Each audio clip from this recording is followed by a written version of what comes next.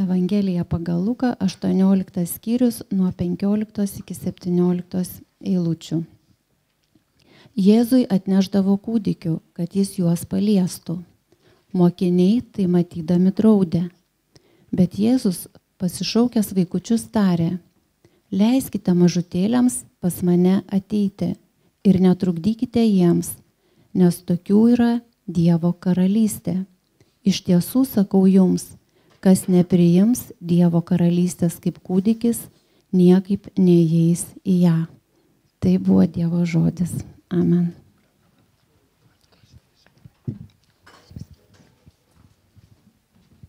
Dangiškasis Tėve, mes prašome, kad Tu mums atvertum savo žodį, kai mes jį skaitome, kad mes pasimokytume iš Tavo žodžio ir kad Tavo mintis, kuri užrašyta prieš 2000 metų, kad jinai mus ugdytų, kad per šventąją dvasią tas žodis taptų mums suprantamas, aiškus, pritaikomas ir kad mes gyventumėm taip, kaip moko Tavo Evangelija. To prašom per Kristų. Amen. Prisėskime visi.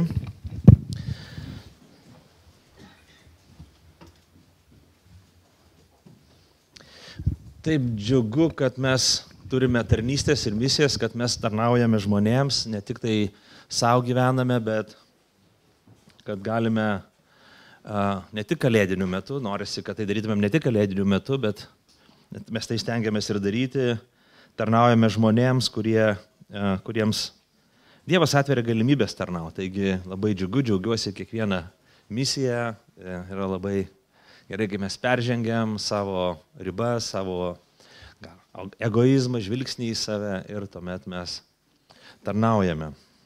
Šiandien mes žiūrime į rašto vietą ir mano pamokslas bus iš 3 dalių. Tai pirmoji dalis, pakalbėsime apie teisingą rūpestį, teisingą krikščionių tėvų rūpestį, pakalbėsime apie tai, kas vertas, nevertas Dievo karalystės ir galiausiai pašnekėsime apie tai, kaip būti, bet visgi nelikti vaiku. Tai pirmoji ir trečioji dalis bus kiek ilgesnės, antroji trumpesnė, tai daugmaž orientuositės, kur mes esame, kai žiūrėsime. Taigi, skaitinys apie tai, kad pas Jėzų atnešdavo kūdikius ir nešė žmonės pas Jėzų kūdikius, tėvai greičiausiai, ir mokiniai draudžia, bet Jėzus juos sudrausmina mokinius ir leidžia, priima vaikus ir sako, priimkite, netrukdykim, leiskim jiem ateiti, netrukdykim tokiems ateiti, nes panašių yra dangaus karalystė. Taigi, pirmas momentas, 15 eilutė. Jėzui atnešdavo kūdikių, kad jis juos paliestų. Ir šita istorija prašyta tokiam kontekste, prieš tai mes skaitome jau ne vieną istoriją, daug istorijų.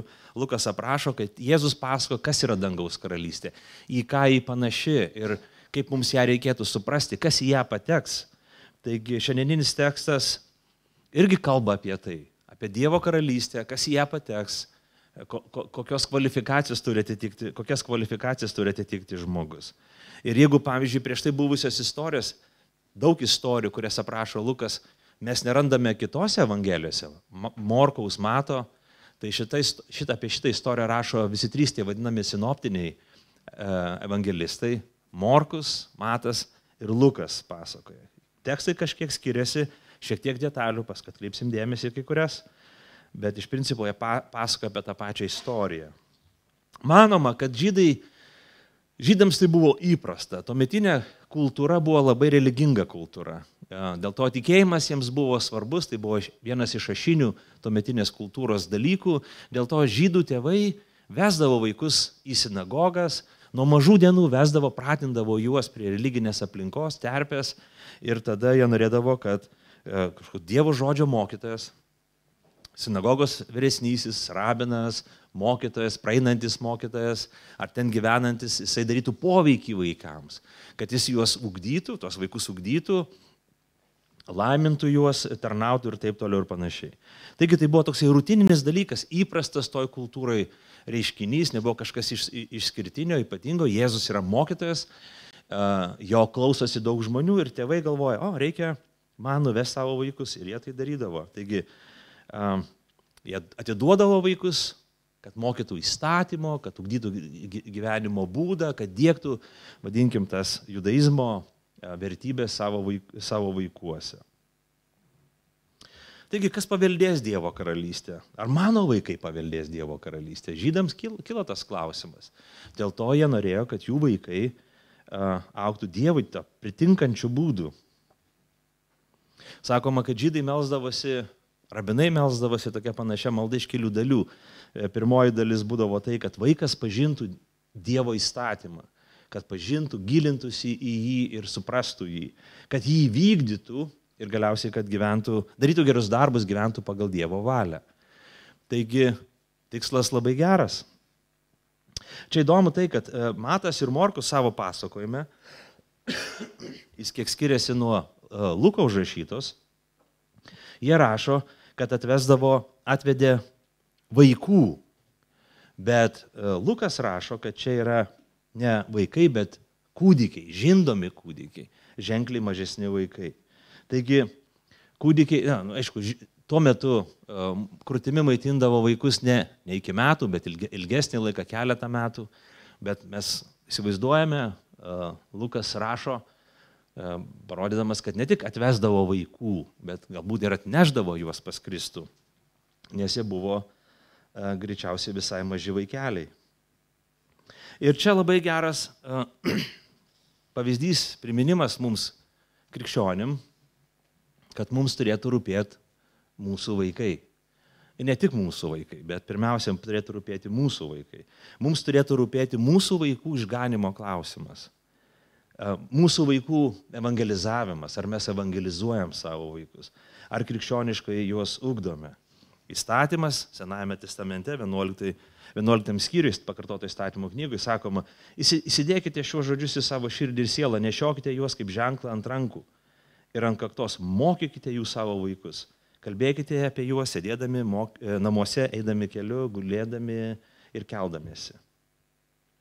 Laiške Efeziečiam apaštalas Paulius 6 skyriui 4 eilutėje sako, jūs tėvai, neerzinkite savo vaikų, bet auklėkite drausmindami juos ir mokydami viešpatyje. Laiške Kolosiečiam tas pats apaštalas Paulius rašo, jūs tėvai, neerzinkite savo vaikų, kad jie nepasidarytų baukštus, ugdykite juos. Taigi, vienas iš mūsų krikščioniškos tėvystės svarbiausių dalykų, svarbiausias pats dalykas, tikslų, siekti, kad mūsų vaikai paveldėtų Dievo karalystę, kad jie būtų ugdomi taip, jog jie pažintų Dievo karalystę, gyventų tą karalystę, patektų į Dievo karalystę, kad jie gyventų su Dievu, pažintų Kristų.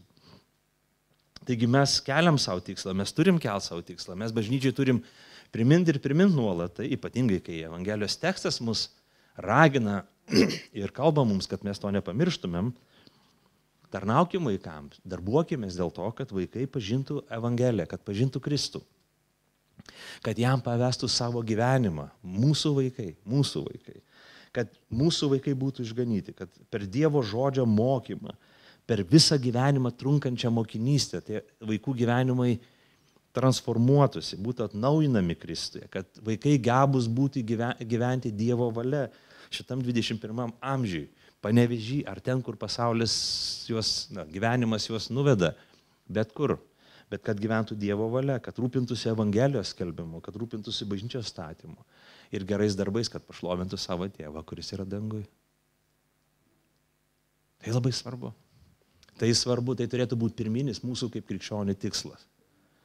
Tai turi būti pirminis tikslas. Mes dažnai galvojam, rūbai, batai, patirtis, visokie nuotraukos, gimtadieniai, fejerverkai, bucai, treniruotės, savirealizacija ir taip toliau. Visa tai svarbu, visa tai gerai. Krikščionybė tų dalykų neoponuoja, bet krikščionybė sako, aukščiau visko turi būti Kristus ir Dievo karalystė. Jie sako, mes galim laimėti viską, bet jeigu prarasim šitą, tai viskas tai bus beviltiška. Taigi, mums kaip krikščionims, mums kaip Jėzaus klausytojams, mums kaip Jėzaus mokiniams labai svarbu, mums turi rūpėti mūsų vaikų sielos klausimas. Ir tada, kaip įmanoma, visom priemonėm mes turime vesti savo vaikus pas Kristų, kad jie būtų ugdomi jame. Tai kaip darė tie tėvai. Kaip darė tie tėvai, tiesiog vesti pas Kristų, kad jisai juos laimintų. Mums turi rūpėti vaikų išganimas ir amžinas jų likimas.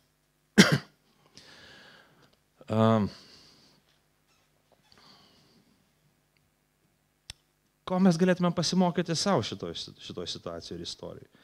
Tai pirmiausia, mes turėtumėm pasakyti tai, kad mes nuo mažų dienų turim ugdyti vaikus, skiepyti juos meilę Dievui, Kristui.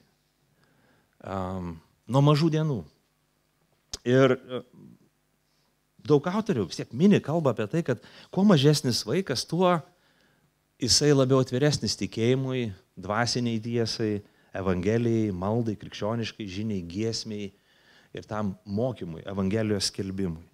Atrodytų, kad nuodėmė, kuri yra vaike, kiekvienas iš mūsų gimstam su nuodėmė, tai skelbia Dievo žodis, kiekvienas gimstam su nuodėmė ir esam nuodėmingi. Ir nuodėmė yra mumyse baisaus potencialo, didžiulio potencialo. Bet kol esam vaikai, ta nuodėmė dar nėra įsikerojusi labai stipriai mumyse. Ir dėl to vaikai ypatingai atviri yra. Dėl to mums yra protinga, kaip tėvams, nuo mažų dienų, nuo mažų akimirkų, nuo pirmų tų akimirkų, diegti meilę Kristui, ugdyti juos krikščioniškoj dvasioj ir mokinystėj. Čia mes namuose turim kurti gerą atmosferą, bendrauti su vaikais, džiaugtis su jais, mokyti juos, patirti linksmų gerų akimirkų, pramogauti su vaikais. Mūsų gyvenimas neturi būti tik tai Biblijos istorijos ir panašus dalykai. Bet pirmas tikslas mes turime siekti, kad vaikai pažintų Dievą. Nuo mažų dienų, nuo kūdikystės. Antras dalykas, ko galėtume pasimokyti, kad šitie tėvai, kurie atvedė savo sūnus ir dukras, arba atnešė savo sūnus ir dukras pas Jėzų, net nebuvo krikščionys, net nebuvo Jėzaus mokiniai.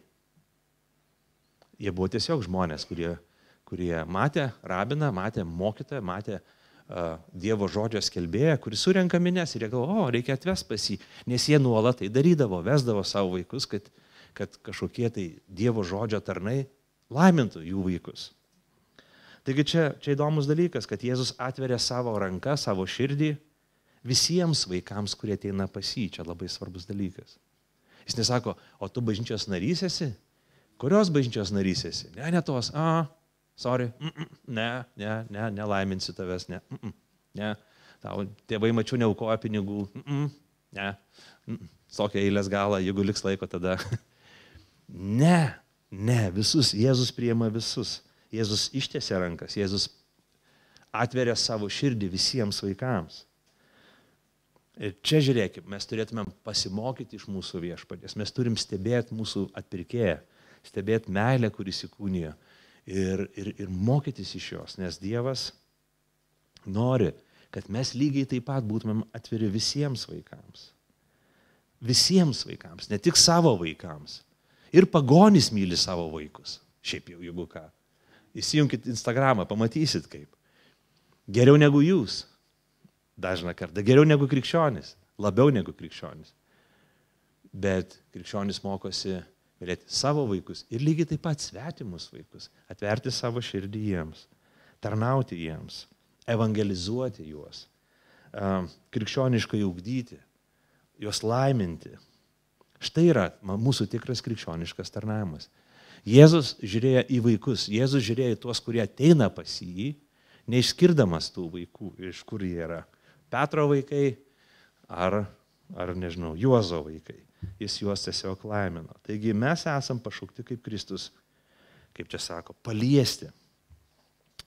Jėzus atnešdavo kūdikių, kad jis juos paliestų. Taigi, jeigu atsiveria galimybė mums, tiesioginė žodžio prasme, gal nereikėtų mums eiti liesti vaikų, nes už tai mes galim užsitraukti ne tik tai tėvų rūstybę, bet ir baudžiamą atsakomybę, tai čia būkime išmintingi.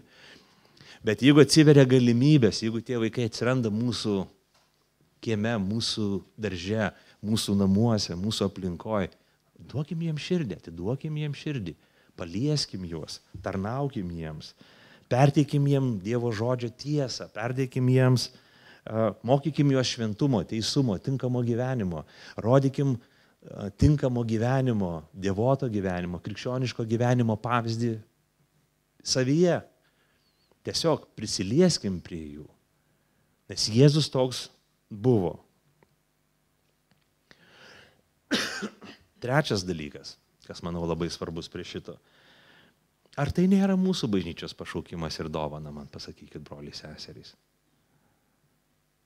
Prisiliesti prie Panevėžio vaikų. Ar mums nėra duota malonė prisiliesti prie mūsų miesto vaikų, padėti šeimoms, laiminti, ugdyti, tarnauti, aprūpinti, bent kažkiek pasirūpinti, bent kažkuria mūsų miesto vaikų dalim? Ar tai nėra pašaukimas, ar tai nėra malonė, ar tai nėra dovana? Ar Dievas nešaukia tavęs ir manęs į šitą tarnystę? Darbuotis, atiduoti savęs, investuoti, kaip sako, investuoti save į vaikus, melstis už juos, dirbti, gyventi dėl jų, taip kaip Jėzus kad padarė. Šitoj istorijai, šitam pavyzdį, apie kurį rašo visi evangelistai. Nes tai yra svarbu. Kažkurie iš mūsų mes jau dirbam su vaikais, mes pasirinkę profesiją dirbti su vaikais kaip pedagogai, socialiniai darbuotojai ir panašiai. Ir turime profesinę tą išraišką, iš to duoną užsidirbam. Ir rūpestis vaikais yra mūsų amatas. Žiūrėkime tai labai kilniai, žiūrėkime tai ne tik tai kaip į darbą nuo 8 iki 5, ne tik tai kaip į profesiją, ne tik tai kaip į savirealizaciją, ne tik tai kaip į pinigų uždirbimo instrumentą ir įrankį, bet kaip į pašaukimą, labai krikščionišką, labai dvasinį, aiškiai įsikūnysį Jėzuje Kristuje. Kažkas iš mūsų galbūt esame pašaukti, tardami kitas profesijas, tarnauti vaikams, priimti vaikus, atverti savo širdis ir duoti, prisiliesti prie jų. Ne? Gal ne ta tiesioginė prasme, bet prisiliesti visokio patarnavimu, malda, pavyzdžių, ugdymu, laiminimu.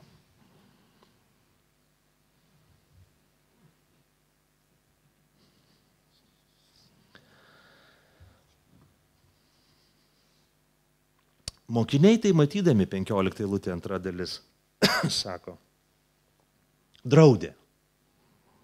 Mokiniam šitą idėją, kad Jėzus skirs savo laiką ne dosniems rėmėjams, ne įtakingiems sąjungininkams, su kuriais galima būtų sudaryti politinės sutartis ir taip toliau, jiems netrodė labai primtina ir gera. Šitie veikėjai, jų tėvai ir patys vaikai, tie snargliai, kuriuos čia neša pas Jėzų, rykstiniai, verkimai, pampersai. Prisiminkim, kad tuo metu pampersai būdavo tokie labiau primityvūs ir senoviški labai. Taigi ten ir kvapai, ir garsai buvo įspūdingi. Ir mokiniams pasirodė, kad čia tiesiog bereikalinga našta, tuščias laiko resursų švaistimas. Tėvai bereikalo ir vaikai bereikalo eikvoja netinkamą Jėzaus laiką, vargina jį. Ir aišku, labai svarbus momentas, nes jeigu mes prisiminsime istoriją, kurią skaitėme praeitą sekmadienį, apie palyginimą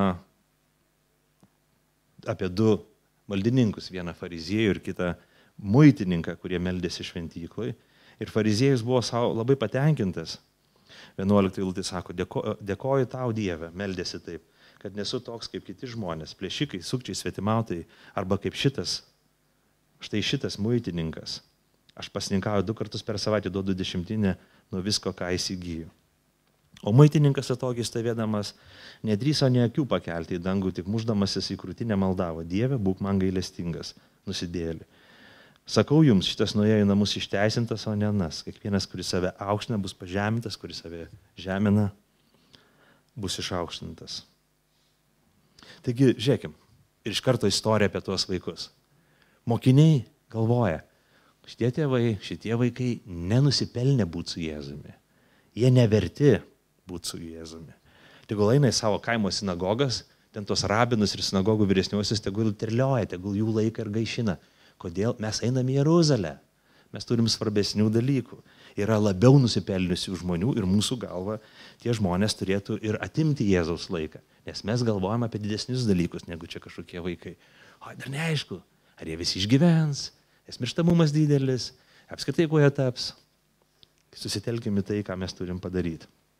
Taigi, visi mane, kad yra žmonės, kurie labiau nusipelnė būti su Jėzumi, labiau nusipelnė būti Dievo karalystėje, kurie svarbesni Dievo akyse, tarkim, palyginime apie fariziejų ir muitininką, visi galvoja, kad fariziejus yra nusipelnęs būti Dievo karalystėje. Jis nusipelnęs būti Dievo priimtas, išklausytas, išteisintas ir aišku paveldėti Dievo karalystę, bet Jėzus sako ne. Nes jis remiasi savim, savo pasiekimais, savo darbais.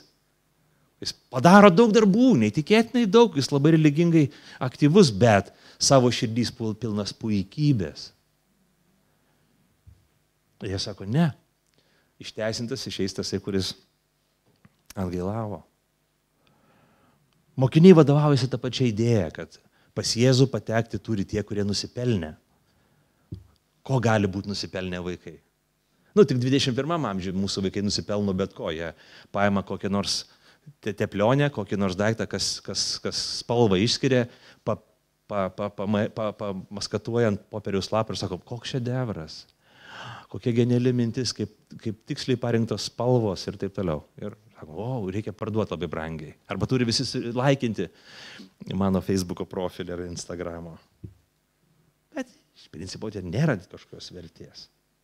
Taigi mokiniai mane, kad Jėzaus laikas negali būti gaišinamas vaikų. Bet Jėzus sako ne, Jėzus sako ne, Jėzus sako ne. Jėzus paprieštarauja jiems. Ir tada mes turime pamokėlę apie tai, kad Jėzus sako, Jėzus pasišaukęs vaikučius tarė, leiskite mažutėlėms eiti į Dievo karalystę. Ateiti pas mane netrukdykite, nes tokių yra Dievo karalystė. Iš tiesų sakau jums, kas neprims Dievo karalystės kaip kūdikis, niekaip neįeis į ją. Morkaus Evangelijoje, 10 skyriuje 14 eilutė, šita pati istorija aprašyta, bet sako, tai pamatęs Jėzus supyko. Taigi Jėzus sako, ne, hei, kaip jūs nepagaunat? Aš tik pasakiau palyginimą apie save aukštantį žmogų, apie tą žmogų, kuris galvoja apie save labai daug, labai gerai galvoja apie save ir galvoja, man užtikrintas kelias į dangaus karalystę. Bet jisai neišteisintas, nepateisintas, jisai nepateks į Dievo karalystę, nes jis remiasi į save, o ne į Dievo gailestingumą. O tas, kuris remiasi į Dievo gailestingumą, kaip tik bus išteisintas. Tarytum, taip, išties, vaikaigi nenusipelno Dievo karalystės. Teisingas svarstymas, tarytum, mokinių, jo, vaikai ir jų tėvai nenusipelnė patekti pas Kristų, patekti į Dievo karalystę. Jo, bet paaiškėja, kad į Dievo karalystę apskritai niekas nevertas patekti. Tik per malonę, per Dievo gailestingumą mes į ją galime patekti. Ir jie sako, ne, klystat, jūs klystat. Jis supyko ant mokinių. Kaip jūs mąstot? Netokios dvasios mes esame. Evangelija yra netokia. Mes neskaičiuojam, nematuojam žmonių pagal jų nuopelnus, pagal jų gerą galvojimą apie save, ar pagal jų net ir objektyvius religinius laimėjimus. Dangaus karalystėje taip niekas nematuoja. Dangaus karalystė yra vienas vienintelis matas. Yra Kristus, kuris pašaukia ir priima, kuris parodo gailestingumą ir teikia savo malonę. Ir jie tampa karalystės dalim.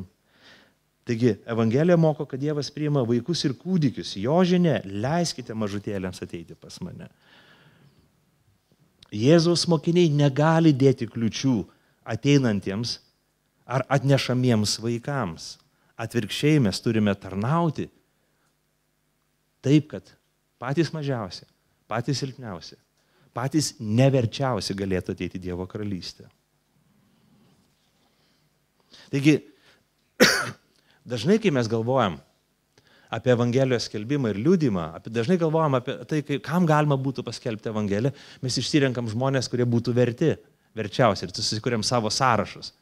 Arba žiūrime į kažkurio žmonės, dar ypač jeigu mes juos kažkiek pažįstam geriau, tai mes sakom, niekada šitam tai ne, tam tai niekada nebus taip. Ir tik parodo, kad mes nepažįstam Evangelijos, nesuprantam Evangelijos, kad mūsų širdis pakankamai kietos, kad mes pagautumėm esminę žinią, Evangelijos žinią, kad viskas remiasi ne į mūsų pasiekimą, ne į tą žygdarbį, kurį mes padarėm, ne kažkokį tai, nežinau, įspūdingą pasirodymą, bet į Dievo malonę, kuri priima visus žmonės priima. Dėl to čia ir yra, krikščionybė taip ir augo, jinai nešia gerą žinią visiems žmonėms, ne geriausiams visuomenės atstovam, bet visiems žmonėms. Evangelija mums nuostabi tuo, kad prie to paties stalo ir kviečiamas ir karalius, kaip kažkas gerai pasakė, ir prostitutė, ir moralus žmogus, ir nusikaltėlis, ir didelis, ir mažas. Per Jėzų Kristų visi gali atsisėsti prie vieno stalo. Mes negalim išskirti žmonių. Jėzus supyko ant mokinių, kad taip nedera daryti. Aš nesu toks. Į Dievo karalystę netai patenkama. Ir jis sako, leiskite mažutėliams ateiti, netrukdykite, nes tokių yra Dievo karalystė. Jis nesako, kad vaikų yra Dievo karalystė, kad tik tai kūdikiai ir vaikai gali ateiti Dievo karalystę, bet tokie kaip kūdikiai. Taigi karalystė, dangaus karalystė nėra žindomų kūdikių karalystė, bet tokių kaip žindomi kūdikiai, kurie neturi jokių pasiekimų, kurie negali nieko pasigirti. Ką padarė žindamas kūdikis gyvenime? Ko jūs galite pasakyti? Pavalgė pieno pas mamą ir sako, aš papasakosiu, ką aš padariau gyvenime. Pasiklausykit manęs. Pasikasęs barzdą pasako kūdikis. Nieko. Jis nieko nepadarė. Jis nieko nesuvokė apie gyvenimą. Jis visiškai priklausomas nuo kitų, priklausomas nuo mamos, nuo tėvo. Jis negali nieko didžiuotis, jokių pasiekimų, jokių nuopelnų, jokių dalykų. Vienintelis dalykas, kad jį priėmė, jį atnešė. Net jis negali tikėti, žiūrėkit, net tikėti negali kūdikis. Jėzus laimino tuos, kurie net tikėti negalėjo. Nes tam, kad tikėti galėtum, tu turi turėti gebėjimą spręsti, mąstyti ir laisvai pasirinkti. Taigi Dievo karalystė yra bejėgių, nieko negebančių, visiškai priklausomų, nieko nenusipelniusių žmonių. Karalystė, kurie ateina pas Dievą ir sako, tu viską gali padaryti, ne aš. Išganimas yra nepelnyta Dievo dovana. Nepelnyta, nieks nenusipelnė. Pasninkais, maldom, tarnystėm, gailestingumu, aukom ir visom labdarystėm, kurios įmanoma šito žemėje. Ne. Mes negalim užsitarnauti karalystės, mes negalim jos nusipelnyti, tai dovana iš aukštybių. Mums skelbiama karalystės evangelija. Atgailaukite ir tikėkite. Mes šiandien jau girdėjome apie tai. Atgailaukite ir tikėkite. Ir atgaila ir tikėjimas nubraukė visus mūsų gyvenimo pasiekimus, kurie buvo prieš tai. Viską. Ir ačiū Dievui nubraukė visas mūsų nuodėmės, kurias buvo prieš tai. Dėl to mums gali būti atleistos visos mūsų nuodėmės. Ir tai yra įspūdinga. Be abejo, kai mes jau priimam evangeliją, be abejo, kai mes ją išgirstam, be abejo, kai mes jau gaunam atleidimą, be abejo, kai mes jau esame atgimdyti, mes esame mokomi bręsti, augti ir nelikti kūdikiais. Nelikti jais. Apaštalas Paulius laiške Efeziečiam, pažiūrėsiu, kiek aš noriu perskaityti, 2 skyriui, nuo 4 eilutės. Dievas apstus gailestingumo iš savo didžios meilės, kurie mus pamilo, mus mirusius nusikaltimais, atgaivino kartu su Kristumi, malonę jūs esate išgelbėti. Prikėlė ir pasadino danguje Kristuje Jėzuje. Žiūrėkit, mus mirusius nusikaltimais. Mes buvom mirę nusikaltimais. Ką gali numirėlis savo padėti? Ką gali negyvas žmogus savo, kaip gali savo pagelbėti? Nieko. Dievas mus atgaivino kartu su Kristumi. Mes buvom prikelti Kristuje. Ir padarė taip, kad mes ateinančiais amžiais jisai savo gerumu parodytų mums beribių savo malonės turtus Kristuje Jėzuje. Juk jūs esate išgelbėti malonę per tikėjimą ir tai ne iš jūsų, tai Dievo dovana. Ir ne dėl darbų, kad kas nors nesigirtų.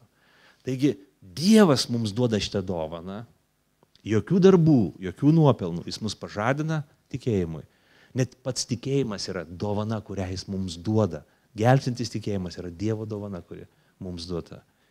Mes buvom mirę, Evangelija mus pasiekė, maloniai veikiant, jis sužadina mus, pabūdina ir mes sakom, tikiu Jėzau, tikiu. Mes kartais, kai liūdėjom žmonėm, kai liūdėjau žmonėm dažnai, man būna dilema, kaip čia papasakoti žmonėm, aš pasirinkau Kristų, aš atradau Kristų, aš apsisprendžiau būti krikščionimi. Tam tikra prasme, bet ta biblinė, teologinė prasme, nieko aš neapsisprendžiau. Dievas mane atgimdė. Tiesiog kažkurio metu aš klausiau žinią, kuri man buvo juokinga, keista, archaiška, tik labai juokinga. Ir staiga vieną akimirką man tapo labai rimta ir tikroviška. Aš patikėjau ją. Tai Dievo darbas mumyse, ne mūsų darbas. Ne mes pasiekėm, ne aš apsisprendžiau, ne aš ištyrinėjęs viską, priejau išvados. Dievas atgimdo. Taigi, iš tiesų sakau jums, Jėzus sako, kas neprims Dievo karalystės kaip kūdikis, niekaip neįeis į ją. Ir vėl 3 mintis, kurias pasakysiu iš čia. Žiūrėkit, kūdikiams ir mažiems vaikams priklauso Dievo karalystė.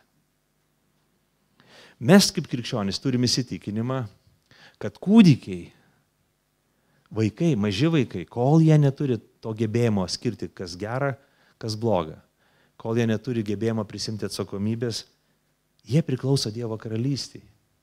Ne dėl to, aš jau minėjau, ne dėl to, kad jie neturi nuodėmės, nes visi mes esam nusidėjėliai.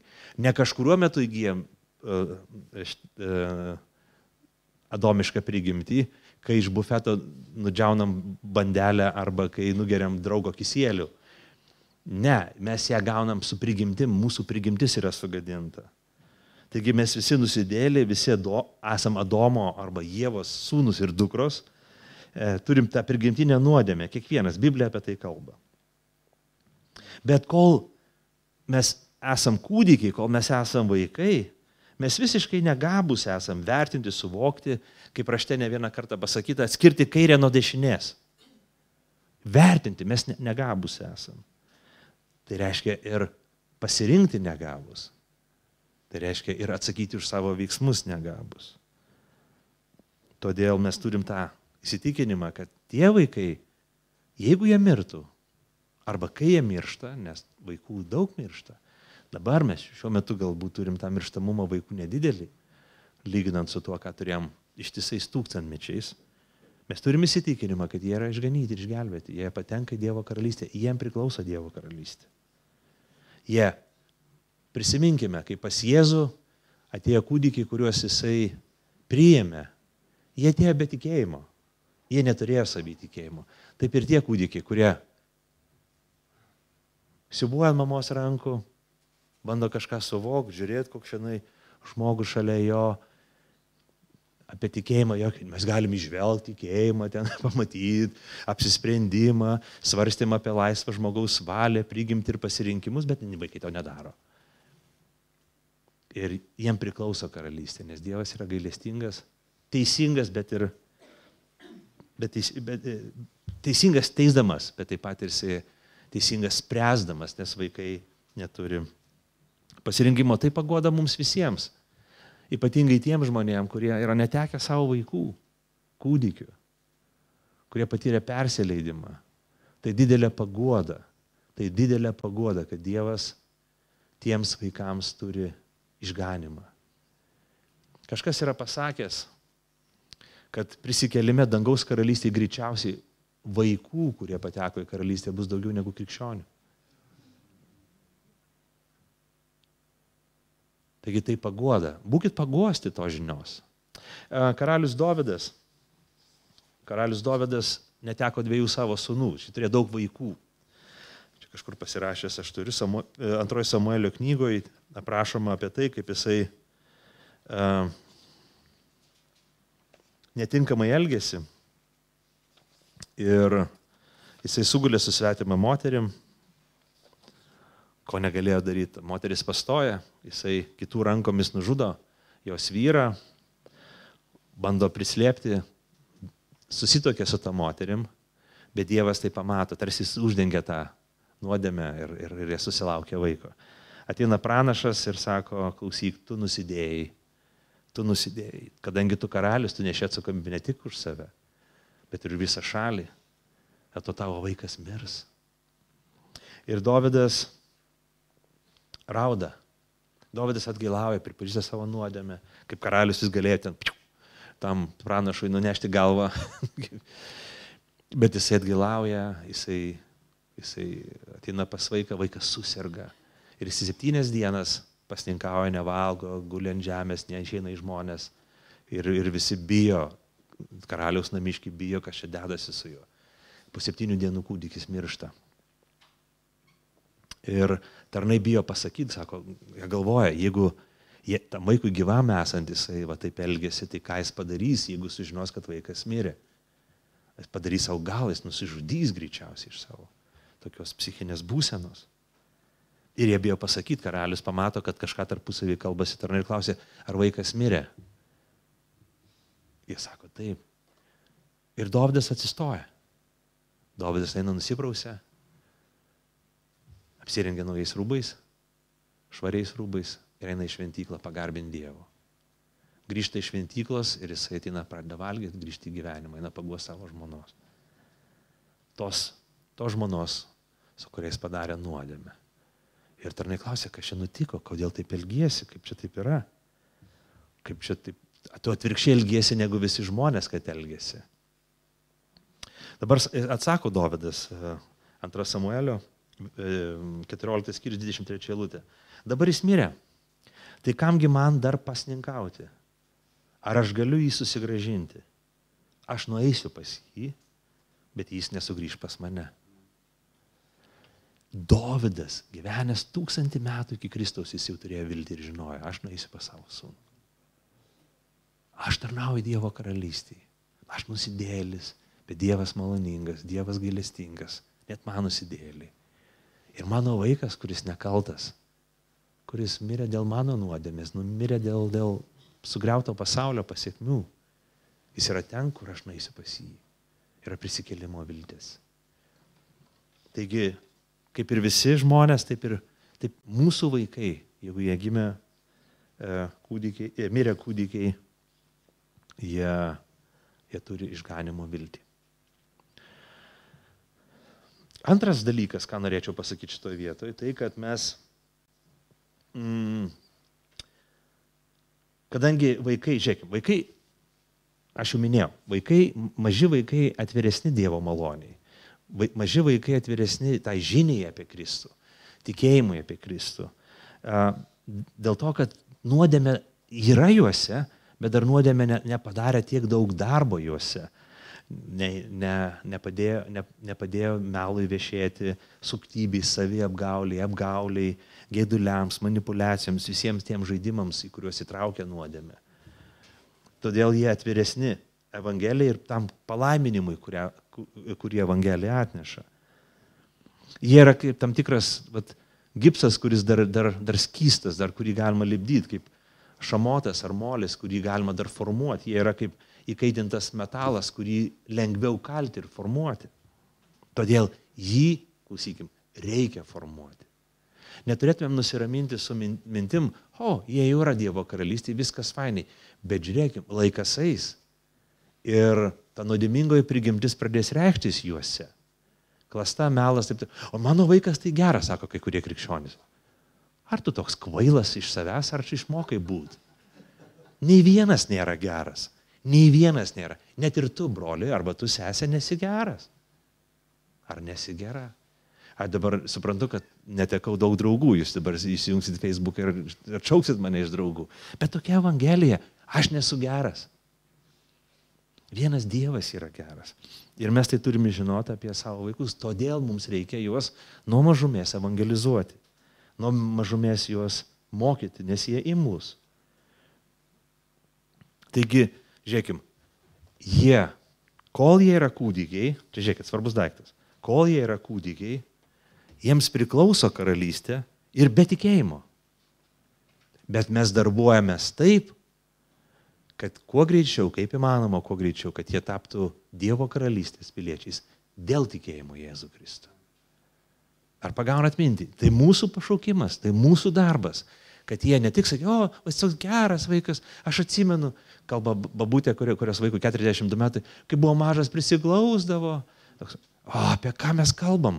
Mes turim ugdyti juos, mes turim ugdyti, kad jie priimtų tikėjimą, kad jie būtų išgelbėti. Visaip gali būti. Visaip gali būti, kad jie, kol vaikai tikės, paskui pradės maištauti. Bet žiūrėkit, pasiklausykim liudijimų krikščionių. Kiek daug krikščionių tapo tikintys ir savo tikėjimo pamatą prisimena vaikystę, kai kažkas labai intensyviai darbavosi su jais, meldėsi ir ugdė juos. Aš girdėjęs ne vieną pasakojimą Lietuvoje, kaip žmonės sako, aš prisimenu, mane močiutė, mane senelis, mane kiti mokė, darė ir taip toliau. Ir Dievas tas sėklas iš savo malonės laistė, puoselėjo ir saugystėje, paauglystėje ar viduriniam brandžiam amžiuje leido joms sudygti ir nešti vaisių. Tai nėra veltui, net jeigu mes nematom rezultato kurį laiką. Mes neturim prarasti vilties, nes gelbsti ne žmonių pasiekimai, ar kai kurie jų kvaili pasirinkimai, bet Dievo malonė.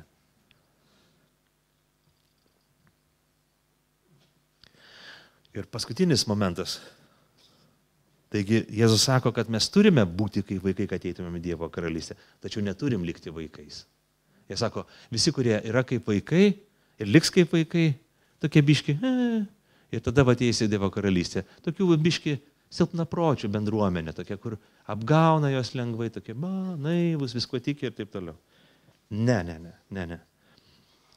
Kol mes gimstam į Dievo karalystę kaip vaikai, mes įeinam į karalystę be jokių nuopelnų, be jokių dalykų. Ir liekam joje be jokių nuopelnų.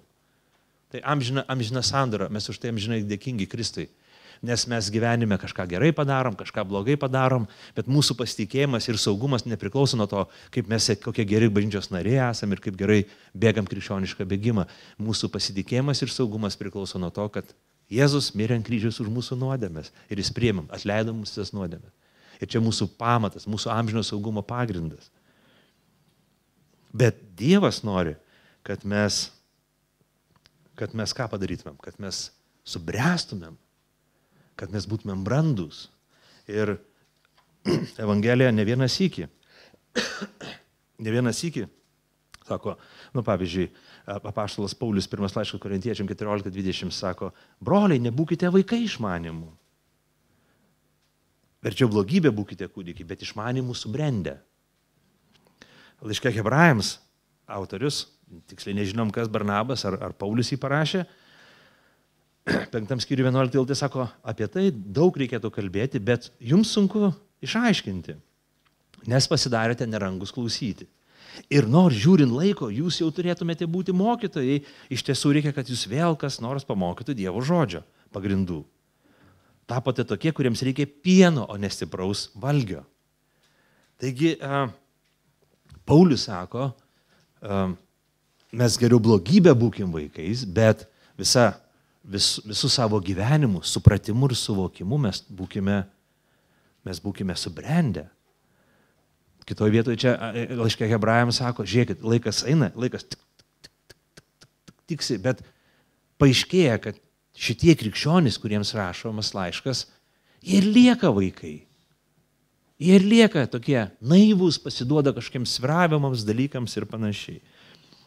Apaštalas Paulius laiške Efeziečiam 4 skyriui pasako fundamentalų dalyką, kad Kristus paskyrė vienus apaštalais, evangelistais, pranašais, evangelistais, ganytojais ir mokytais, kad išlavintų šventosios tarnystės darbui, Kristus kūno ugdymui, kol visi pasieksime tikėjimo vienybę ir Dievo sūnaus pažinimą, tobulai subręsime iki Kristaus amžiaus pilnatvės saiko, kad daugiau nebebūtume kūdikiai, siūbuojami bangų ir nešiojami bet kokio mokymo vėjo, žmonių apgaulės, gudrumo vedančiojo paklydimą, bet kalbėdami tiesą meilę, augtume viskuo į jį, kuris yra galva Kristus.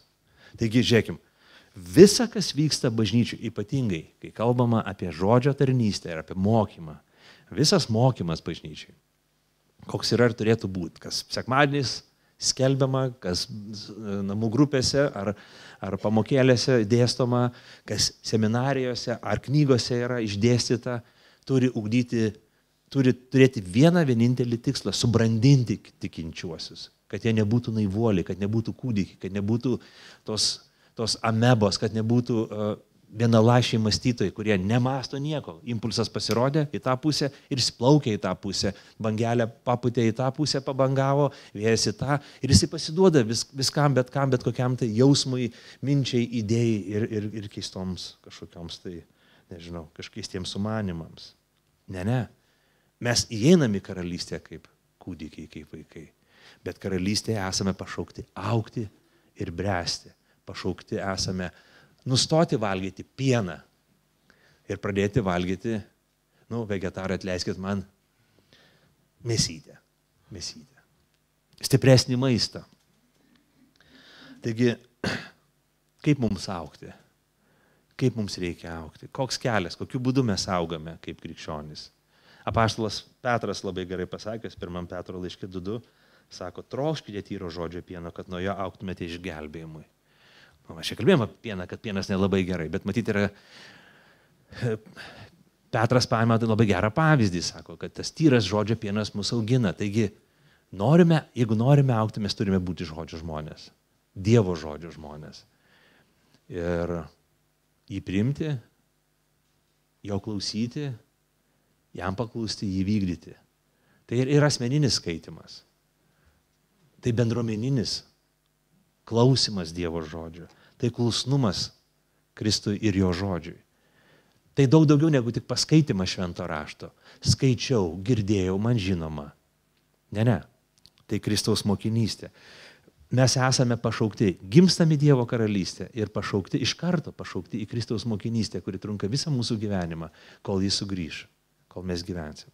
Jei tikėjai, būdamas 3 klasėje, jei tikėjai, kai tau buvo 16 metų, ar 21, iki mirties, net jeigu tau bus 89 ar 97, tu būsi Kristaus mokinys, kol jis sugrįš, kol tu nueisi pas jį. Mes esam pašaukti klausyti Dievo žodžio, apmastyti Dievo žodį, suprasti Dievo žodį, pritaikyti Dievo žodį. Bendruomenėje, asmeniškai ir būti jo mokiniais. Ir tokiu būdu mes augam, tokiu būdu mes iš vaikų tampame subrendusiais žmonėm, suprantančiais dalykus ir nesviruojančiais, bet vaisių Dievui ir jo šloviai nešančiais. Pakilkim maldai.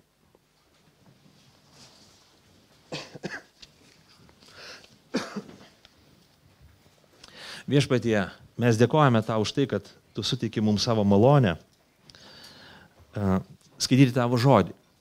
Ir tavo žodis mums šiandien kalbėjo apie tuos svarbius dalykus, apie tai, kad į karalystę niekas neateina per nuopelnus. Mes už tai džiaugiamės, Viešpatie, kad mums ir kiekvienam žmogui tai viltis, ir mums ir kiekvienam žmogui viltis, kad mes galim ateiti pas tave, nežiūrėdami į save, ką mes padarėm ir ko verti, nes nei vienas iš mūsų nėra vertas.